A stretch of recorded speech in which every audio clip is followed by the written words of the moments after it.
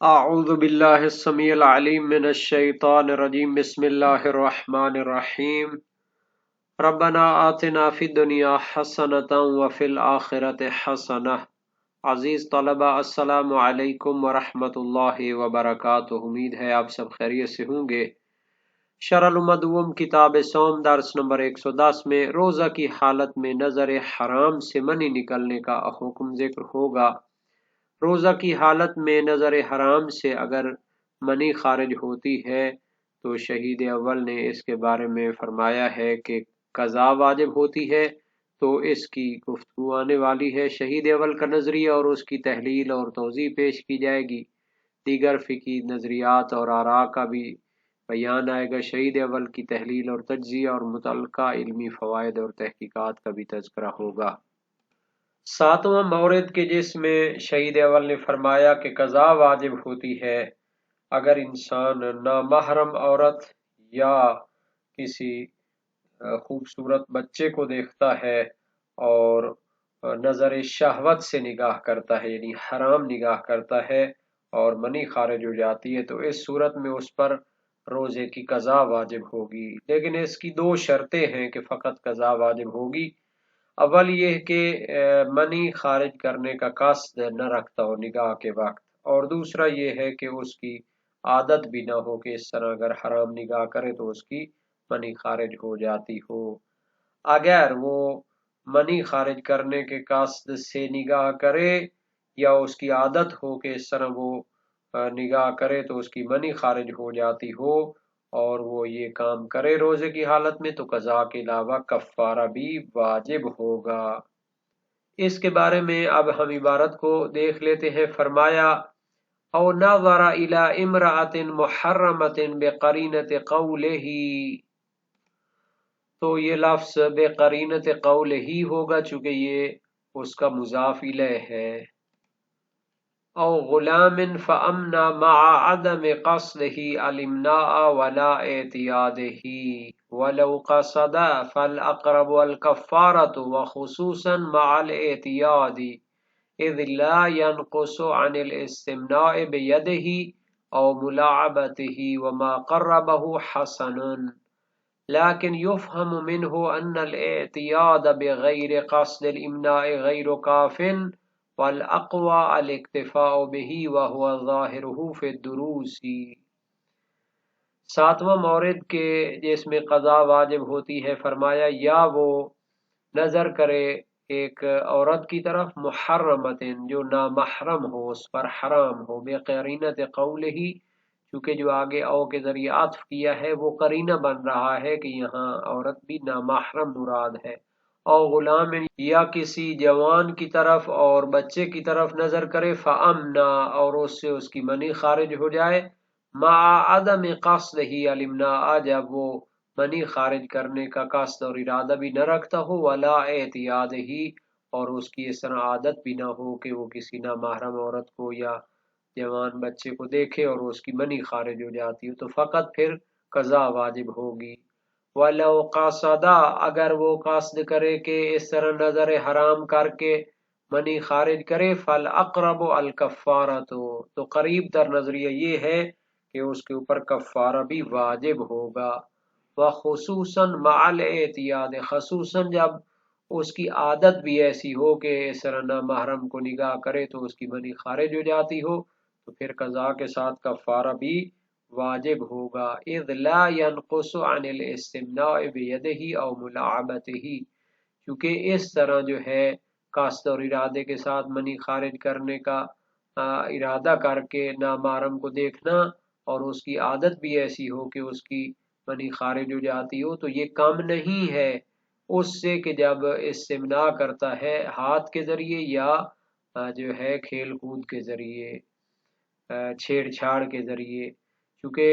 استمناء کو پہلے مفترات اور مبطلات روزہ میں سے شمار کیا گیا تھا، قضا اور کفارہ دونوں واجب ہو جاتے تھے۔ تو اس صورت کو بھی کہ جب وہ نامحرم کو دیکھتا ہے اور قصد اور ارادہ بھی ہے اور عادت بھی ہے کہ منی خارج کرے۔ شہید ثانی فرماتے ہیں وما قربہ حسن، یہ جو شہید اول نے اس صورت میں جب اس کا قصد ہو نظر حرام کے ذریعے منی کو خارج کرے تو جو انہوں نے یہ نظریہ قریب تر قرار دیا ہے حسن یہ بہتر ہے، لیکن یفہم منہ لیکن ان کی عبارت سے سمجھا جاتا ہے ان الاعتیاد بغیر قصد الامناء غیر کاف، کہ اگر اس کا ارادہ نہ ہو، منی خارج کرنے کا قصد اور ارادہ نہ ہو، لیکن اس کی عادت ہو کہ نہ محرم کو حرام نگاہ جب وہ کرتا ہے تو اس کی منی خارج ہو جاتی ہو، غیر و کافن وہ کفارہ کے وجوب کے لیے کافی نہیں ہے، چونکہ انہوں نے ادھر کہا ہے کہ اگر وہ قصد امنا کرے، اس کو انہوں نے محور قرار دیا ہے، احتیاط کو اس کے ضمن میں لے کر آئے ہیں، تو اس سے سمجھا جاتا ہے کہ اگر کوئی شخص منی خارج کرنے کا قصد نہیں رکھتا لیکن اس کی عادت ہے کہ اس طرح نامحرم کو دیکھنے سے اس کی منی خارج ہو جاتی ہے تو یہ وجوب کفارہ کے لیے کافی نہیں ہے۔ شہید ثانی فرماتے ہیں اقوا قوی تر نظریہ یہ ہے کہ اگر اس کی عادت بھی ہو اگرچہ قصد امنا نہ بھی ہو تو کفارہ اس پر واجب ہو جائے گا، یعنی احتیاط بھی کافی ہے کفارے کے وجوب کے لیے، وَهُوَ ظَاهِرُهُ فِي الدُّرُوسِ، اور یہی نظریہ شہید اول کی دروس شرعیہ جو کتاب ہے اس سے بھی ظاہر ہوتا ہے۔ تو گویا کہ یہ کہنا چاہتے ہیں کہ اگر انسان کی عادت ہو اس طرح نظر حرام کرنے سے اس کی منی خارج ہو جاتی ہو اور وہ ایسی نظر کرے اور منی خارج ہو جائے تو اس کا روزہ باطل ہو جائے گا، قضا اور کفارہ دونوں واجب ہوں گے۔ اصل مسئلہ تو واضح ہو چکا ہے، اب اس کی متعلقہ عبارت اور وضاحت یہاں پہ پیش کرتے ہیں۔ وَإِنَّمَا وَجَبَ الْقَضَاءُ مَعَ النَّظَرِ إِلَى الْمُحَرَّمِ مَعَ عَدَمِ الْوَصْفَيْنِ لِلنَّهْيِ عَنْهُ فَأَقَلُّ مَرَاتِبِهِ الْفَسَادُ كَغَيْرِهِ مِنَ الْمَنْهِيَّاتِ فِي الصَّوْمِ مِنَ الْإِرْتِمَاسِ وَالْحُقْنَةِ وَغَيْرِهِمَا، بے شک قضا واجب ہوتی ہے جب وہ نظر حرام کرتا ہے، نہ محرم کو نگاہ کرتا ہے، مع عدم الوصفین جب وہ دو وصف نہ ہوں، یعنی اس کا قصد اور ارادہ منی خارج کرنے کا بھی نہ ہو اور اس کی عادت بھی نہ ہو کہ وہ نہ محرم کو اس طرح نگاہ کرے تو اس کی منی خارج ہو جاتی ہو، تو اس پر فقط جو ہے نا قضا واجب ہوگی جب دو وصف نہیں ہوں گے، لِلنَّهْيِ عَنْ ہو چکے اس کو نظر حرام کرنے سے منع کیا گیا ہے، فَأَقَلُّ مَرَاتِبِهِ الْفَسَادُ،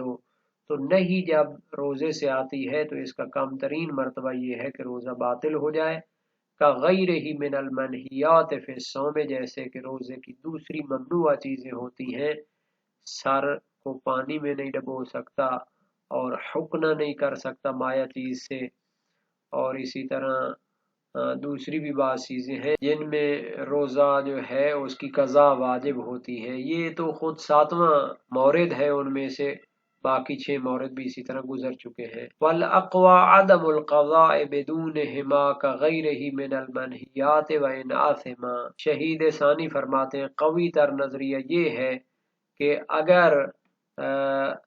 اس کی قصد اور ارادہ بھی نہ محرم کو دیکھنے سے منی خارج کرنا نہیں تھا اور اس کی عادت بھی نہیں ہے، تو پھر اگر وہ نہ محرم کو دیکھتا ہے اور منی خارج ہو جاتی ہے تو اس پر قضا بھی واجب نہیں ہونی چاہیے، کا غیر ہی من المنہیات، جیسے کہ روزے کی حالت میں دوسرے حرام اور ممنوع کام انجام دیتا ہے تو اس سے قضا واجب نہیں ہوتی۔ مثال کے طور پر حرام کام بہت سے ہیں، کسی کو گالی دے دے، کسی کی توہین کرے تو اگرچہ کام حرام ہوگا لیکن اس سے روزہ تو باطل نہیں ہوگا، روزے کے مبطلات اپنے معین ہیں۔ وَإِنْ آثِمَ، اگرچہ کہ وہ گناہگار ہو جائے گا کہ اس نے حرام کام کیا، روزے کی حالت میں کسی کی توہین کی ہے، کسی کا جو ہے توہین کے عنوان سے گالی دی ہے، اِذْ لَا دَلَالَةَ لِلتَّحْرِيمِ عَلَى الْفَسَادِ، شہید ثانی فرماتے ہیں چونکہ حرام ہونے کی دلالت نہیں ہوتی کہ روزہ بھی فاسد اور باطل ہو جائے، حرام کام اپنی جگہ ہے لیکن فساد اور مبطلات روزہ جو ہے وہ معین ہے، لِأَنَّهُ عَامٌ، چونکہ جو تحریم ہوتی ہے وہ فساد سے عام ہوتی ہے، ایک کام حرام ہے لیکن مبطل ہے یا نہیں ہے تو وہ کیا ہوتا ہے اس کے لیے دلیل چاہیے، چونکہ جیسے ہم نے مثال دی گالی دینا، روزے کی حالت میں کسی کی توہین کرنا، لیکن وہ مبطل روزہ تو نہیں ہے، حرام ہے اپنی جگہ. فلا یفسد الا مع النص علیہ، تو روزہ کسی کار حرام سے فاسد نہیں ہوتا مگر جب اس کے لیے نص قائم ہو جائے کہ یہ جو کام ہے یہ روزے کو باطل بھی کر دیتا ہے. کالتناول والجماع، جیسے کہ کھانا پینا ہوتا ہے یا ہم بستری کرنا ہوتا ہے، ونظائرہما، اور اسی طرح استمناء یا دوسری وہ مفترات اور مبتلات کے جو روزے کو باقاعدہ باطل بھی کر دیتی ہیں. ولا فرق حینئذ بین المحللۃ والمحرمۃ الا فی الاثم وعدمہ، اور جب ہم نے کہا کہ بغیر قصد اور ارادہ منی خارج کرنے کے، اور بغیر جو ہے اس کی عادت کے، اگر کیا ہے وہ نظر کرتا ہے اور اس سے اس کی منی خارج ہو جاتی ہے تو اس کی قضا بھی واجب نہیں ہوگی. تو اس میں فرق نہیں ہے کہ وہ حلال عورت کو نظر کرے یا حرام عورت کو نظر کرے. الا فی الاثم وعدمہ، فرق صرف اتنا ہے کہ اگر حرام اور نامحرم عورت کو نگاہ کرے گا تو گناہگار ہو جائے گا، کار حرام ہے. وعدمہ، اور اگر حلال عورت کو وہ نگاہ کرے گا تو وہ کیا ہے گناہگار نہیں ہوگا، چونکہ اس کو دیکھنا حرام نہیں تھا. تو بہرحال شہید ثانی کا نظریہ یہ ہو گیا ہے کہ بغیر قصد اخراج منی اور عادت نہ ہونے کی صورت میں اگر وہ نظر کرتا ہے، چاہے وہ نامحرم کو دیکھے چاہے وہ محرم کو دیکھے، اگر منی خارج ہو جاتی ہے تو اس سے روزہ باطل نہیں ہوتا اور قضا بھی اس سے واجب نہیں ہوتی. ہاں، اس طرح جو ہے نامحرم کو دیکھنا وہ کار حرام ہے، اور نہیں جو اس سے آئی ہے. پہلے تو شہید نے فرمایا تھا کہ نہیں کیا ہوتی ہے، فساد کا تقاضا کرتی ہے، لیکن فرمایا نہیں،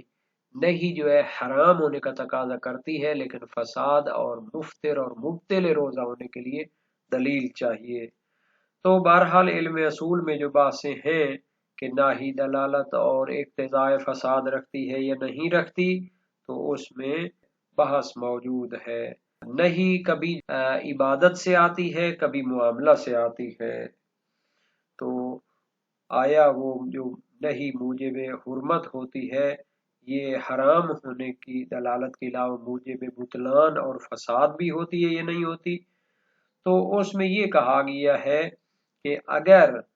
نہیں کی ارشادی ہو اور اس عبادت یا معاملے کی شرط اور معنی کو بیان کرنے کے لیے ہو تو پھر تو وہ یقیناً مبطل ہوتی ہے. لیکن اگر نہیں ایسی ہو کہ جو محض مبغوضیت کو بیان کرنے کے لیے ہو، کسی شرط یا کسی معنی کو بیان کرنے کے لیے نہ ہو، تو پھر آیا وہ موجب فساد ہوگی یا نہیں ہوگی؟ عبادت میں تو کہتے ہیں کہ موجب فساد ہوتی ہے، چونکہ اس میں وہ جو کام ہوتا ہے جب وہ مبغوض ہو جائے تو پھر وہ مقرب اللہ نہیں ہو سکتا. اس طرح چونکہ وہ مبغوض ہو گیا ہے کام، اس کے ساتھ تقرب اللہ تعالیٰ کا حاصل نہیں کیا جا سکتا، تو اس میں نتیجہ یہ نکلتا ہے کہ وہ عبادت فاسد ہو جائے گی. شہید ثانی کا نظریہ یہ ہے کہ نہیں، فساد پر دلالت نہیں کرتی بلکہ فقط حرمت پر دلالت کرتی ہے اور موجب فساد نہیں ہوتی. البتہ عبادت میں جو نہیں ہوتی ہے اس کچھ اقسام بیان کی گئی ہیں. کبھی تو نہیں اصل عبادت سے ہوتی ہے، جیسے روزہ عید والے دن رکھنا، یا حیض والی عورت کو نماز سے جو منع آئی ہے اصل عبادت سے منائی. کبھی نہیں جو ہوتی ہے وہ جز عبادت سے ہوتی ہے، جیسے سجدے والی جو صورتیں ہیں اس کو واجب نماز میں پڑھنے سے منع کیا گیا ہے، جز عبادت سے منع آ گیا. کبھی نہیں اصل عبادت کی شرط یا جز عبادت کی شرط سے ہوتی ہے، جیسے غصبی لباس کے ساتھ نماز پڑھنے سے نہیں آئی. کبھی نہیں ہوتی ہے ایسی صفت سے جو اصل عبادت یا جز کے ساتھ لازم ہوتی ہے، لازم ملزوم ہوتی ہے، یعنی اس سے جدا نہیں ہوتی. جیسے نماز ظہر کو قرات جو ہوتی ہے اس کی بلند پڑھنے سے منع ہے، بلکہ وہ یا نماز ظہرین جو ہے یہ اخفاتی ہوتی ہیں، ان کو بلند آواز سے نہیں پڑھ سکتے. تو متاخرین جو فقہا ہیں اور اصولی ہیں وہ کہتے ہیں کہ نہیں، عبادت میں فساد کا بھی تقاضا کرتی ہے لیکن شہید ثانی نے یہاں پر اختیار کیا ہے کہ حرام تو ہوگی لیکن اس سے فساد کا تقاضا نہیں کرے گی، جب تک شارع خود صراحت نہ کرے کہ اس کے ذریعے فساد بھی لازم آتا ہے۔ یعنی جیسے ہم نے کہا کہ روزے کی حالت میں اگر وہ گالی دیتا ہے تو کار حرام ہے، لیکن وہ کیا ہے، مبتل نہیں ہے اور مفطر روزہ نہیں ہے۔ تو بہرحال شہید ثانی کے نزدیک چونکہ نگاہ کرنے سے روزہ باطل نہیں ہوتا اگر اس کی عادت نہ ہو اور قصد منی خارج کرنا بھی نہ ہو، تو اس میں فرق بھی نہیں ہوگا کہ چاہے عورت وہ نامحرم ہو یا محرم ہو جس کو دیکھنا حرام نہیں ہوتا۔ تو یہ تھا شہید ثانی کی تحقیق، اور شہید اول کا نظریہ بھی پیش ہو گیا۔ اس کے بارے میں مختصر طور پر دوسرے علماء کی رائے بھی جان لیتے ہیں۔ اگر اس کا قصد بھی نہ ہو منی خارج کرنے کا اور اس کی عادت بھی نہ ہو تو شہید اول نے فرمایا کہ قضا واجب ہے۔ شیخ مفید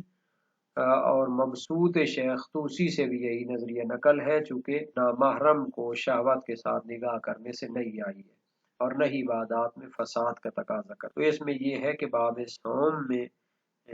یہ نہیں ہے کہ یہ فساد کا تقاضا کرے، بلکہ وہ نظر نامحرم کو دیکھنے سے منع ہے۔ اس لیے کہا گیا کہ قضا بھی واجب نہیں ہوگی، جیسا کہ محقق ہلی، علامہ ہلی اور ابن ادریس ہلی کا بھی نظریہ ہے، اور اقوا بھی یہی ہے، شہید ثانی کا بھی یہی نظریہ ہو گیا۔ یہ سب اس وقت ہے جب اس کی عادت نہ ہو اس طرح نامحرم کو حرام نگاہ دیکھنے سے منی خارج ہو جانا، اور قصد بھی وہ نہ کرے۔ اگر اس کا قصد ہو کہ منی خارج کرے اور اس کی عادت بھی ہو اس طرح دیکھنے سے منی خارج ہو جاتی ہو، تو پھر استمناء کی نہیں والی دلیلیں شامل ہوں گی اور قضا اور کفارہ بھی واجب ہوگا۔ اگر وہ نظر حرام کے ذریعے منی خارج کرنے کا قصد کرے لیکن اس کی عادت نہ ہو، لیکن اتفاقاً منی خارج ہو جائے، تو اس نے کیا ہے، منی خارج کرنے کی قصد کیا تھا، تو استمناء والی نہیں کی جو دلیلیں ہیں وہ اس کو شامل ہوگی، اور اس میں بھی قضا اور کفارہ واجب ہوگا، اس میں کوئی اختلاف نہیں ہے، جیسا کہ ریاض المسائل میں سید علی طباطبائی کا نظریہ ہے۔